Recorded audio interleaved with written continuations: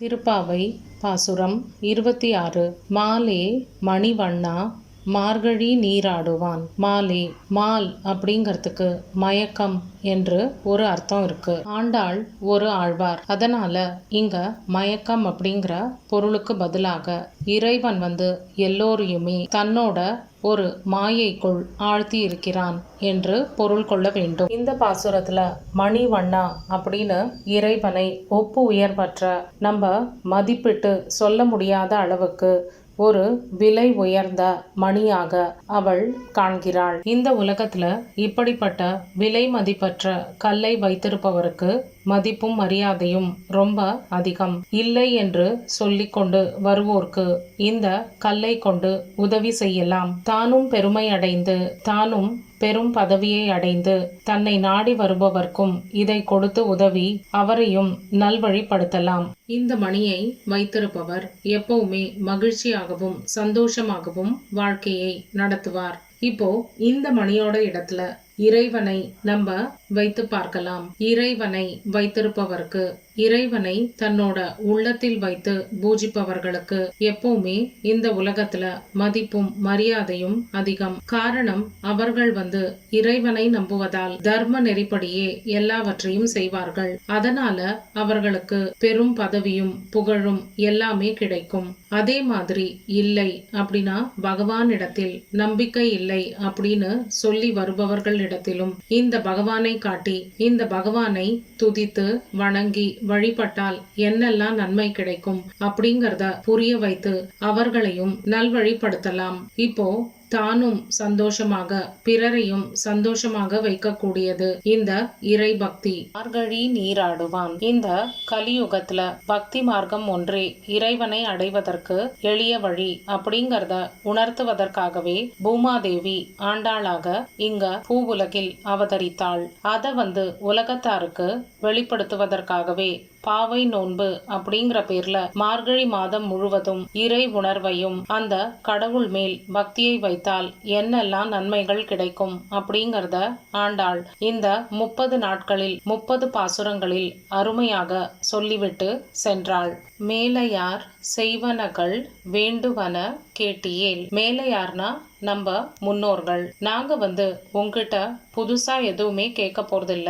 எங்களோட முன்னோர்கள் அவர்களும் இதே பாவை நோன்பை மேற்கொண்டார்கள். அப்போ அவர்கள் எதெல்லாம் செய்யணும் எதையெல்லாம் செய்யக்கூடாது அப்படிங்கிற ஒரு முறையை கடைபிடித்தார்கள். அந்த முறைப்படி இப்போ இறைவனான உன்னிடத்தில் எதையெல்லாம் கேட்டு பெற வேண்டும் அப்படின்னு முன்னோர்கள் சொன்ன அதையெல்லாம் நாங்க உன்னிடத்தில் கேட்க வந்துள்ளோம். புதுசா நாங்க எதையுமே கேட்க போவது கிடையாது. ஞாலத்தை எல்லாம் நடுங்க முரல்வன பாலன வண்ணத்துன் பாஞ்ச சன்னியமி. இந்த உலகத்தையே நடுக்கத்தில் அச்சத்தில் பீதியில் வைத்திருக்க கூடியது எது? உன்னோட பால் போன்ற வெள்ளையான நிறத்தை உடைய உன்னோட கையில இருக்கிற பாஞ்சஜன்யம். அந்த சங்குலேந்து நீ எழுப்பும் அந்த ஒலி அது ஒரு அசுர ஒலியாக இந்த உலகத்தையே பீதியில் ஆழ்த்தக்கூடியது. குருக்ஷேத்திர யுத்தத்தின் போது ஒவ்வொரு முறையும் நீ இந்த பாஞ்சஜன்யத்தை எடுத்து முழங்கும் போது கௌரவர்களும் பகைவர்கள் கதி கலங்கி நின்றார்கள் அல்லவா பகவானே. வன சங்கங்கள் போய்பாடுடையனவே. அப்படின்னா இப்போ உன்னோட புகழ நாங்க இந்த உலகம் முழுவதும் சென்று பரப்புவதற்கு அந்த பாஞ்சஜன்யத்தை போல ஒலியை எழுப்பக்கூடிய பெரும் ஒலியை பெரும் முழக்கத்தை உண்டாக்கக்கூடிய சங்குகள் எங்களுக்கு நிறைய வேண்டும். கால பெரும் பறையே பல்லாண்டு இசைப்பாரி. பறைய நாங்க முழக்கி கொண்டு வீதி வீதியாக இந்த உலகம் முழுவதும் சென்று உன்னோட புகழை பரப்ப வேண்டும். அப்படிப்பட்ட பறையை, பெரும் பறையை, பெரிய பறையை, சால பெரும் பறையைனா ரொம்ப ரொம்ப பெரிய பறையை எங்களுக்கு கொடுக்க வேண்டும். அப்பதான் அதிலிருந்து எழும்புற ஒலி இந்த உலகத்தாரை திரும்பி பார்க்க வைக்கும். அப்போ அந்த இடத்துல நாங்க உன்னோட பல்லாண்டை பாடி உன் மீது பக்தி கொண்டால் என்னெல்லாம் நடக்கும் அப்படிங்கறத விளக்க முடியும். முதல்ல சங்கு, அப்புறம் பறை. இப்போ இந்த வரியில கோல விளக்கே கொடியே விதானமே அப்படின்னு இன்னும் 3 பொருட்களை இங்கே ஆண்டாள் கேட்கிறாள். கோல விளக்கே, இந்த குலத்துக்கே விளக்காக விளங்கும் நப்பிண்ணையை இது குறிக்கின்றது. அந்த நப்பிண்ணை பிராட்டியோட பரிபூர்ணமான அருள் எங்களுக்கு வேண்டும். ஆண்டாளுக்கு தெரியும், பிராட்டியோட அருள் கிடைத்தால் தானாகவே பெருமாளோட அருளும் கிடைக்கும். அதனாலதான் முதல்ல நப்பிண்ணை பிராட்டியோட அருளை இங்கே கேட்கிறாள். கொடியே, கொடியேனா பகவானோட கையில இருப்பது கருட கொடி. இப்போ கருட பகவானோட ஆசியையும் இங்கே ஆண்டாள் வேண்டுகிறாள். விதானமே, நாங்க இந்த மார்கழி மாதத்துல தலை மீது பனி பொழிய ஒவ்வொரு வீட்டு முற்றத்திலும் நின்று பாசுரங்களை பாடிக்கொண்டே தினமும் செல்கிறோம். இப்போ எங்களை பாதுகாக்க எங்களுக்கு மேல ஒரு குடை வேண்டும். அந்த பகவானி உன்னோட குடை, அதாவது ஆதிசேஷன், ஆதிசேஷனோட அருளும் எங்களுக்கு வேண்டும் அப்படிங்கறத இந்த வரியில அவ குறிப்பால் உணர்த்துகிறாள். ஆலின் இலையாய் அருளேலோர் எம்பாவாய். இந்த உலகத்துல எத்தனையோ இலை இருக்கு. ஆனா ஆண்டாளிங்க குறிப்பா ஆள் இலையை சொல்கிறாள்.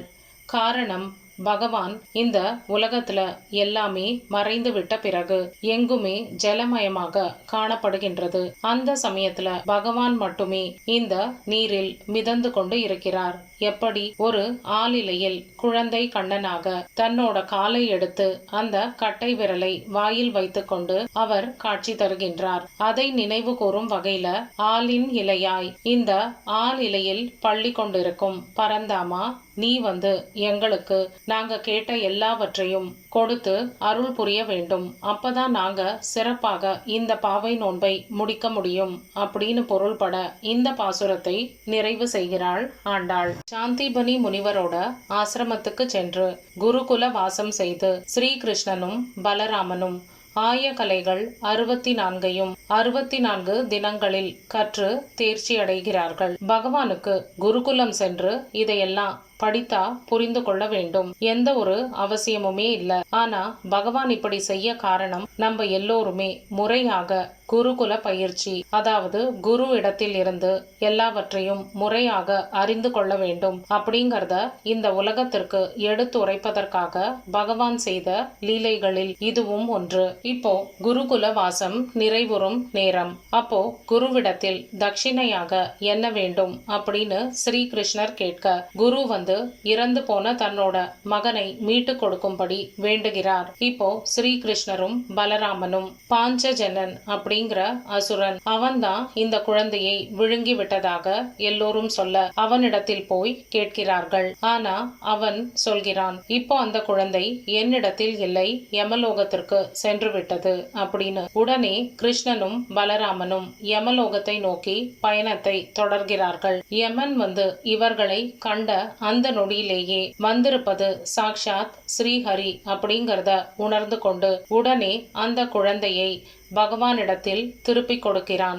பகவானும் சந்தோஷமாக அந்த குழந்தையை எடுத்துக்கொண்டு தன்னோட குருவான சாந்திபனி முனிவரிடத்தில் ஒப்படைக்கிறார். இப்போ இதற்கெல்லாம் காரணமாக இருந்த சங்கு வடிவில் இருந்த அந்த அசுரனை கொன்று அவனையே தன்னோட கையில பாஞ்சஜன்யம் அப்படிங்கிற ஒரு சங்காக பகவான் வைத்துக் கொள்கிறார். அதனாலதான் இந்த பாஞ்சஜன்ய சங்கை பகவான் ஊதும் போதெல்லாம் அதிலிருந்து எழும்புற ஒலி ஒரு அசுர ஒலியை போல எல்லோரையுமே பீதியில் ஆழ்த்தக்கூடியதாக இருக்கின்றது.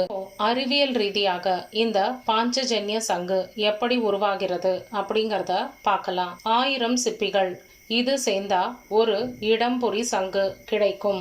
1000 இடம்பொறி சங்கு இருக்கும் இடத்துல ஒரு வலம்புரி சங்கு உருவாகும். 1000 வலம்புரி சங்கு உருவாகும் இடத்துல ஒரு சலஞ்சலம் அப்படிங்கிற சங்கு உருவாகும். 1000 சலஞ்சலம் அப்படிங்கிற சங்குகள் இருக்கும் இடத்துல ஒரு பாஞ்சஜன்ய சங்கு உருவாகின்றது.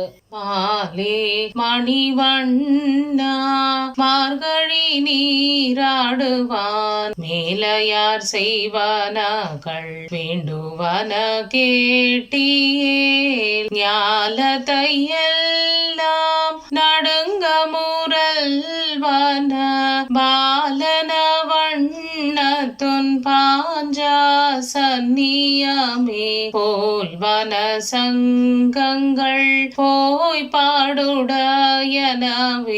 சால பெரும் பறையே பல்லாண்டிசை பாரே போல விளக்கே கொடிய விதானமே ஆலினிலையாயருளேலோரெம் பாவாய்.